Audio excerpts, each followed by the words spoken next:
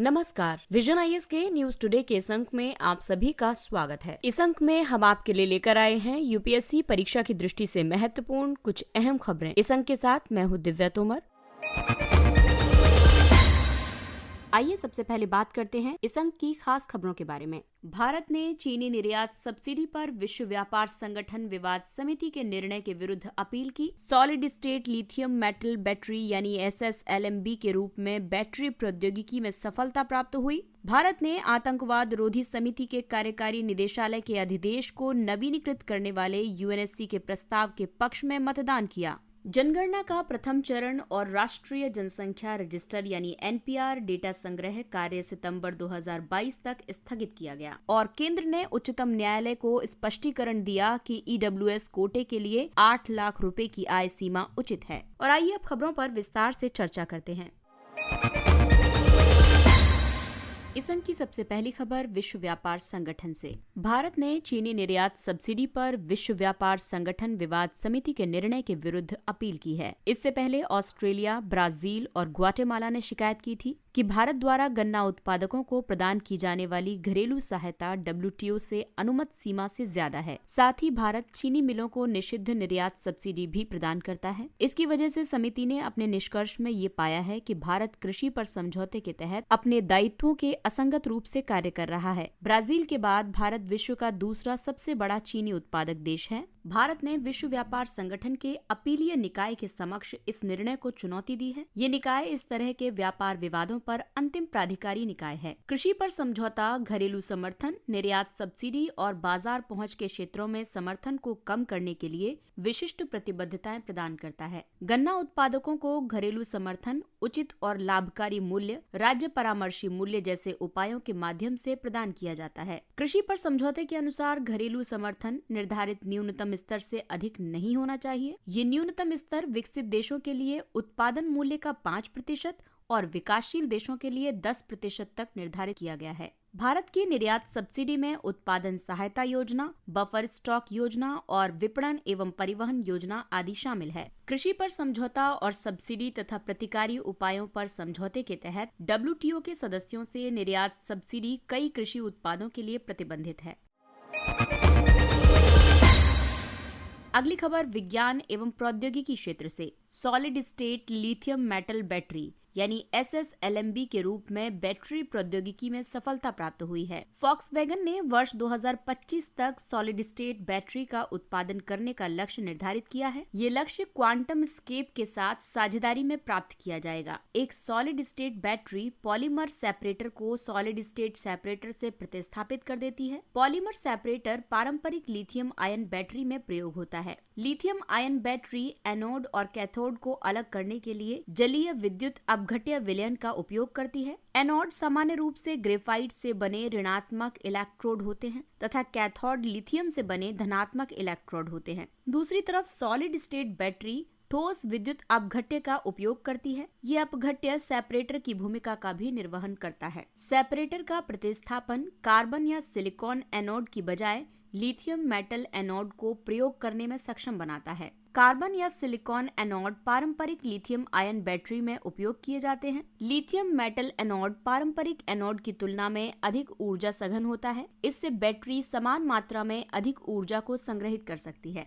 आइए अब आपको बताते हैं solid state lithium metal battery के लाभ। ये उच्च सेल ऊर्जा घनत्व वाले होते हैं। इनकी चार्जिंग में कम समय लगता है और इसमें अधिक चार्जिंग अवधि को बढ़ाने की क्षमता है। इस तरह से ये लंबी उपयोग अवधि प्रदान करने में सक्षम है और ये बेहतर सुरक्षा भी प्रदान करती हैं। बैटरी प्रौद्योगिकी में विकास के लिए भारत ने कई प्रयास किए हैं, जैसे कि उन्नत रसायन विज्ञान प्रकोष्ठ बैटरी स्टोरेज निर्माण का प्रस्ताव रखा गया है। नवीकरणीय ऊर्जा उत्पादन की अनिश्चितताओं को संतुलित करने के लिए grid scale battery storage system के लिए परियोजना लाई गई है। रिलायंस इंडस्ट्रीज ने एक एनर्जी स्टोरेज गीगा फैक्ट्री स्थापित करने की योजना बनाई है। मेंस के लिहाज से ये टॉपिक और ये पॉइंट्स दोनों ही इंपॉर्टेंट हैं। आप अपने सिनॉप्सिस में इन पॉइंट्स को जरूर लिखें। अगली खबर यूएनएससी से जुड़ी है। भारत ने आतंकवाद रोधी समिति के कार्यकारी निदेशालय के अधिदेश को नवीनीकृत करने वाले यूएनएससी के प्रस्ताव के पक्ष में मतदान किया। भारत ने आतंकवाद रोधी समिति के कार्यकारी निदेशालय के अधिदेश को 31 दिसंबर 2025 तक बढ़ाने वाले प्रस्ताव के पक्ष में मतदान किया है। आपको बता दें कि भारत वर्ष 2022 में संयुक्त राष्ट्र सुरक्षा परिषद की आतंकवाद रोधी समिति की अध्यक्षता करेगा। आतंकवाद रोधी समिति के अध्यक्ष के रूप में भारत आतंकवाद का सामना करने के लिए बहुपक्षीय प्रतिक्रिया को मजबूत करने में आतंकवाद रोधी समिति की भूमिका को और आगे बढ़ाने के लिए बेहतर प्रयास करेगा। भारत ये भी सुनिश्चित करेगा कि आतंकवाद के खतरे के प्रति वैश्विक प्रतिक्रिया स्पष्ट, अविभाजित और प्रभावी बनी रहे। आतंकवाद रोधी समिति के कार्यकारी निदेशालय की स्थापना यूएनएससी के प्रस्ताव 1535 के माध्यम से वर्ष 2004 में की गई थी। ये आतंकवाद रोधी समिति का समर्थन करने वाला एक विशेषज्ञ निकाय है। कार्यकारी निदेशालय सदस्य देशों के आतंकवाद रोधी प्रयासों का आकलन करने के लिए आतंकवाद रोधी समिति की ओर से सदस्य देशों का दौरा करता है। इस आकलन में की गई प्रगति, शेष कमी, तकनीकी सहायता, आवश्यकताओं से संबंधित प्राथमिकता वाले क्षेत्र आदि शामिल हैं। आतंकवाद रोधी समिति की स्थापना यूएनएससी के प्रस्ताव 1373 द्वारा की गई थी। ये प्रस्ताव घरेलू, अपने संबद्ध क्षेत्रों और विश्व भर में आतंकवादी गतिविधियों से निपटने के लिए यूएनएससी के सभी सदस्य देशों के कानूनी एवं संस्थागत क्षमता को बढ़ाने वाले उपायों को लागू करने से संबंधित था। इसकी स्थापना 9/11 के आतंकवादी हमले के बाद की गई थी। इसकी स्थापना का उद्देश्य संयुक्त राष्ट्र के सदस्य देशों की अपनी सीमाओं और क्षेत्रों में आतंकवादी गतिविधियों को रोकने की क्षमता को बढ़ाना है। अंतर्राष्ट्रीय स्तर पर भारत के अन्य आतंकवाद रोधी उपाय हैं वैश्विक आतंकवाद रोधी मंच यानी global counter terrorism forum GCTF। ये संयुक्त राष्ट्र के ढांचे के बाहर एक कार्रवाई उन्मुख मंच है। इसका उद्देश्य आतंकवाद से निपटने के लिए प्रभावी बहुपक्षीय सहयोग को बढ़ावा देना है। दूसरा है आतंकवाद रोधी कार्यान्वयन कार्यबल। इसका लक्ष्य संयुक्त राष्ट्र प्रणाली के आतंकवाद रोधी प्रयासों के समन्वय और सुसंगतता को बढ़ाना है। तीसरा है संयुक्त राष्ट्र वैश्विक आतंकवाद रोधी रणनीति। इस रणनीति को आतंकवाद का सामना करने के लिए राष्ट्रीय, क्षेत्रीय और अंतर्राष्ट्रीय प्रयासों में वृद्धि करने के लिए एक विशिष्ट वैश्विक साधन के रूप में अपनाया गया है।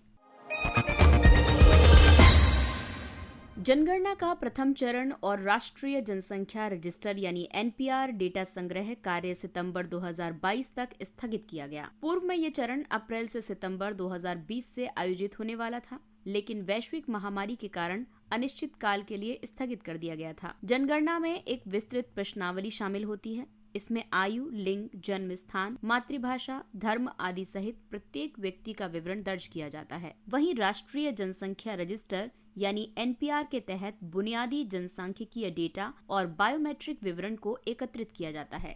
NPR देश के सभी सामान्य निवासियों का एक रजिस्टर है, चाहे वे भारत के नागरिक हों या नागरिक न हों। एक देश का सामान्य निवासी वो है जो कम से कम पिछले 6 महीने से स्थानीय क्षेत्र में रह रहा हो या आगामी 6 महीने के लिए किसी विशेष स्थान पर रहने का इच्छुक हो। ये नागरिकता अधिनियम 1955 और नागरिकता, नागरिकों का पंजीकरण और राष्ट्रीय पहचान पत्र जारी करना नियम 2003 के प्रावधानों के अधीन है। ये स्थानीय यानी गांव या शहर के वार्ड, उपजिला, जिला, राज्य और राष्ट्रीय स्तर पर तैयार किया जाता है। NPR के तहत एकत्र किए गए डेटा को राज्यों के साथ साझा किया जाता है। केंद्र सरकार इस डेटा को व्यक्तिगत स्तर पर विभिन्न कल्याणकारी योजनाओं के लिए उपयोग करती है। नागरिकता नियम 2003 के अनुसार NPR भारतीय नागरिकों के राष्ट्रीय रजिस्टर या NRC के संकलन की दिशा में पहला कदम है।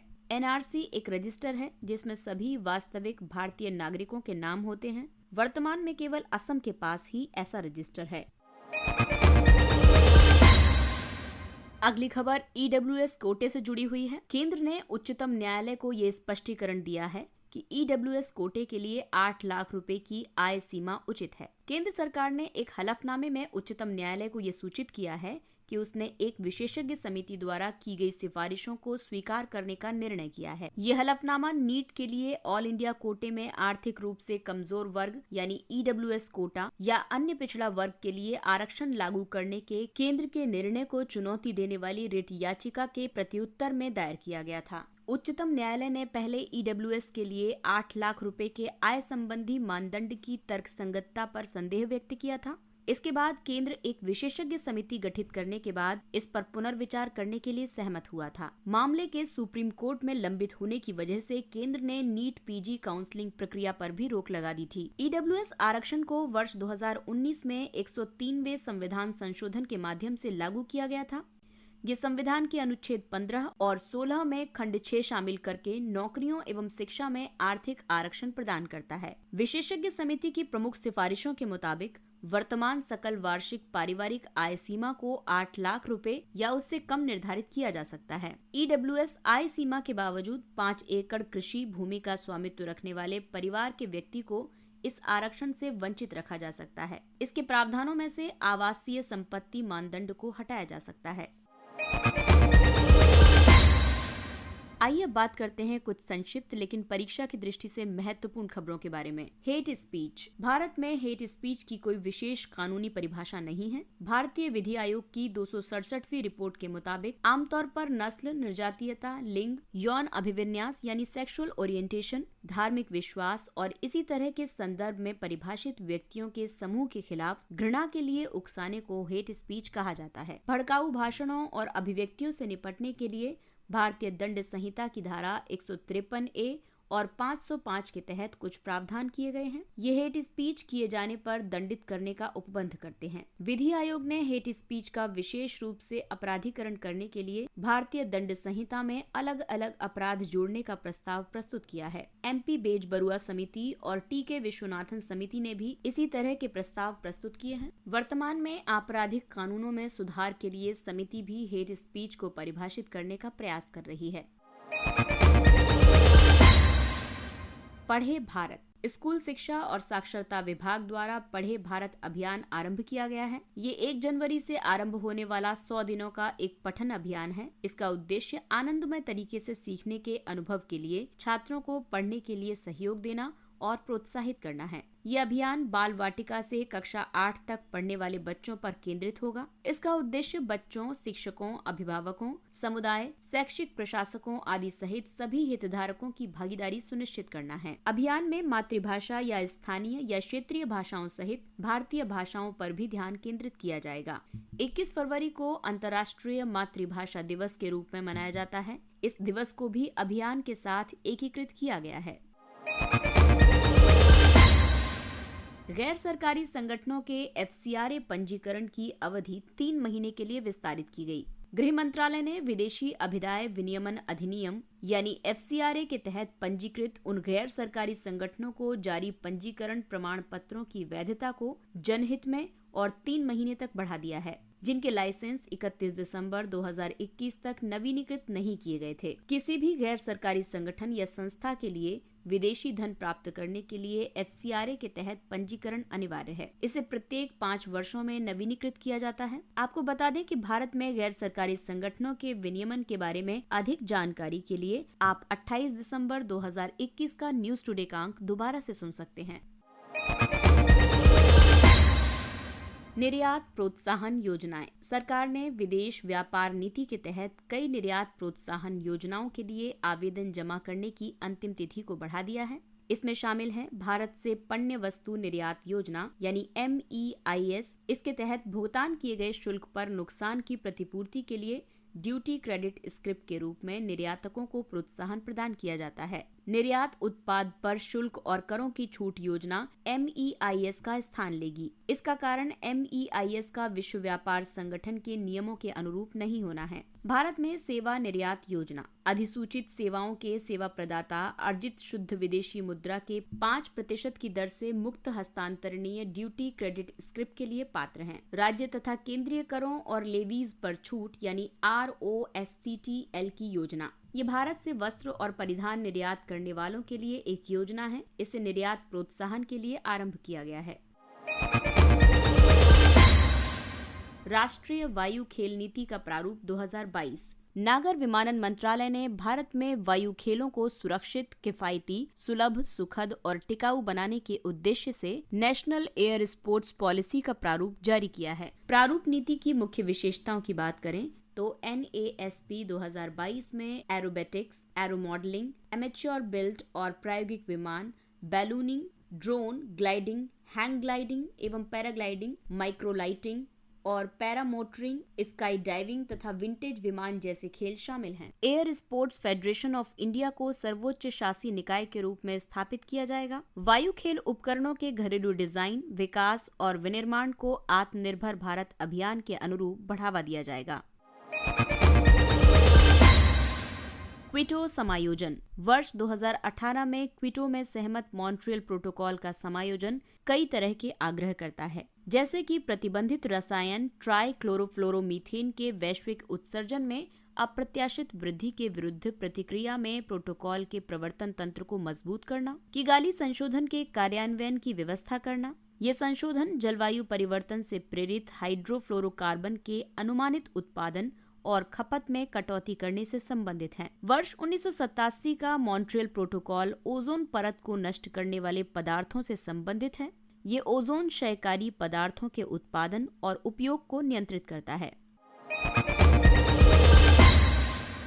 Imaging X-ray polarimetry explorer IXPE वेधशाला, नासा और इतालवी अंतरिक्ष एजेंसी का संयुक्त प्रयास है। इस मिशन में ब्रह्मांड में सबसे चरम और रहस्यमय पिंडों का अध्ययन किया जाएगा। इनमें सुपरनोवा अवशेष, सुपरमैसिव ब्लैक होल और दर्जनों अन्य उच्च ऊर्जा पिंड शामिल हैं। इस मिशन की प्राथमिक अवधि 2 वर्ष है। इसकी वेधशाला 600 किलोमीटर की ऊंचाई पर होगी। ये वेधशाला पृथ्वी की भूमध्य रेखा के चारों ओर परिक्रमा करेगी। इससे ब्लैक होल कैसे घूमते हैं और पल्सर इतने चमकीले क्यों होते हैं, इन सभी प्रश्नों के उत्तर देने में मदद मिलेगी।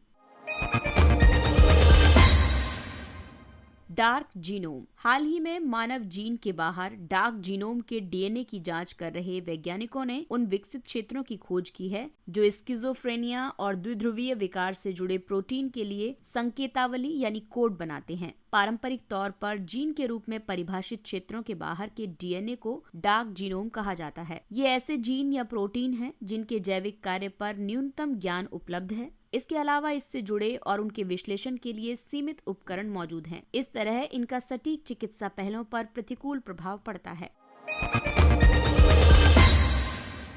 वेब 3 ब्लॉकचेन पर आधारित एक विकेंद्रीकृत ऑनलाइन पारितंत्र को संदर्भित करता है। वेब 3 पर निर्मित प्लेटफॉर्म और ऐप के स्वामित्व पर किसी केंद्रीय प्रणाली का नियंत्रण न होकर उपयोगकर्ताओं का नियंत्रण होगा। ये उपयोगकर्ता ऐप आदि सेवाओं को विकसित करने और उन्हें बनाए रखने में मदद करके अपनी स्वामित्व हिस्सेदारी अर्जित करेंगे। वेब 1.0 विकेंद्रीकृत और मुक्त प्रोटोकॉल का युग था। इसमें अधिकांश ऑनलाइन गतिविधियों में अलग अलग स्थिर वेब पृष्ठों पर नेविगेशन करना शामिल था। वेब 2.0 केंद्रीकरण का युग है। इसमें संचार और वाणिज्य का एक बड़ा हिस्सा कुछ अत्यधिक शक्तिशाली कंपनियों जैसे कि गूगल, फेसबुक, अमेज़न के स्वामित्व वाले बंद प्लेटफॉर्म्स पर संपादित होता है। बहुदवा प्रतिरोधी बैक्टीरिया से निपटने के लिए 2 उपाय। भारतीय विज्ञान संस्थान बहुदवा प्रतिरोधी बैक्टीरिया की समस्या से निपटने के लिए 2 उपायों पर कार्य कर रहा है। बैक्टीरियोफेज या फेज, जो एक तरह का वायरस है जो कि बैक्टीरिया को संक्रमित करता है। ये बैक्टीरिया की मेजबान कोशिकाओं को नष्ट कर देता है। इसका उपयोग बैक्टीरिया को मारने के लिए किया जाएगा। दूसरा है परिवाहकों को अवरुद्ध करना। परिवाहक पर्यावरण से पोषक तत्वों को कोशिकाओं में अंतरित करने और जहरीले मेटाबोलाइट्स को हटाने में सहायक होते हैं। बहुदवा प्रतिरोधी रोगजनकों ने कुछ परिवाहक विकसित किए हैं। ये परिवाहक जीवाणु कोशिकाओं और झिल्लियों से जीवाणुरोधी यौगिकों को बाहर करने में सक्षम हैं। इससे रोगजनकों यानी बैक्टीरिया की रक्षा होती है। शोधकर्ता ऐसे एंटीबॉडी विकसित कर रहे हैं जो बैक्टीरिया में परिवाहकों को रोकने में सक्षम हो सकते हैं।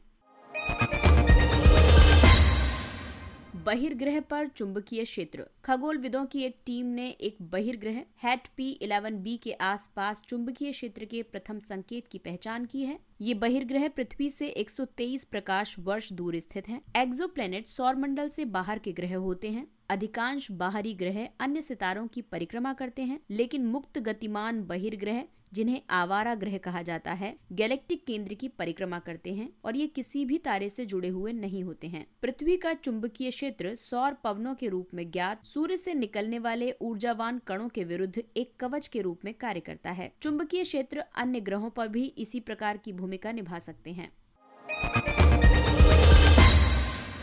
विश्व की सबसे ऊंची मोटर वाहन चलाए जा सकने योग्य सड़क। हाल ही में सीमा सड़क संगठन द्वारा निर्मित विश्व की सबसे ऊंची मोटर वाहन चलाए जाने योग्य सड़क पर एक पुल सहित कई अन्य परियोजनाओं का उद्घाटन किया गया। ये सड़क दक्षिणी लद्दाख में स्थित है। ये सड़क चिसुमले और डेमचोक को जोड़ती है। ये 19,000 फीट से अधिक की ऊंचाई पर उमलिंगला दर्रे से होकर गुजरती है। इस सड़क ने बोलीविया में 18,953 फीट की ऊंचाई पर ज्वालामुखी उटुरुंकी से जुड़ी एक सड़क के पिछले रिकॉर्ड को तोड़ दिया है। डेमचोक भारत चीन के लिए विवाद का एक केंद्र रहा है। इस नई सड़क से सैनिकों और उपकरणों का आवागमन करना आसान हो जाएगा। इसे प्रोजेक्ट हिमांग के तहत बनाया गया है, जो पूरे वर्ष लद्दाख या सियाचिन क्षेत्र में संचार के मार्गों को खुला रखने की परियोजना है। इसके साथ ही ये अंक समाप्त होता है। अगले अंक में फिर मुलाकात होगी कुछ अन्य महत्वपूर्ण खबरों के साथ। तब तक अपना ख्याल रखिए, क्योंकि कोरोना अभी समाप्त नहीं हुआ है, इसलिए सुरक्षित दूरी बनाए रखिए, मास्क पहनिए, हाथ और चेहरा साफ रखिए। इस अपील के साथ ही विजन IAS की पूरी टीम को दीजिए इजाजत। नमस्कार।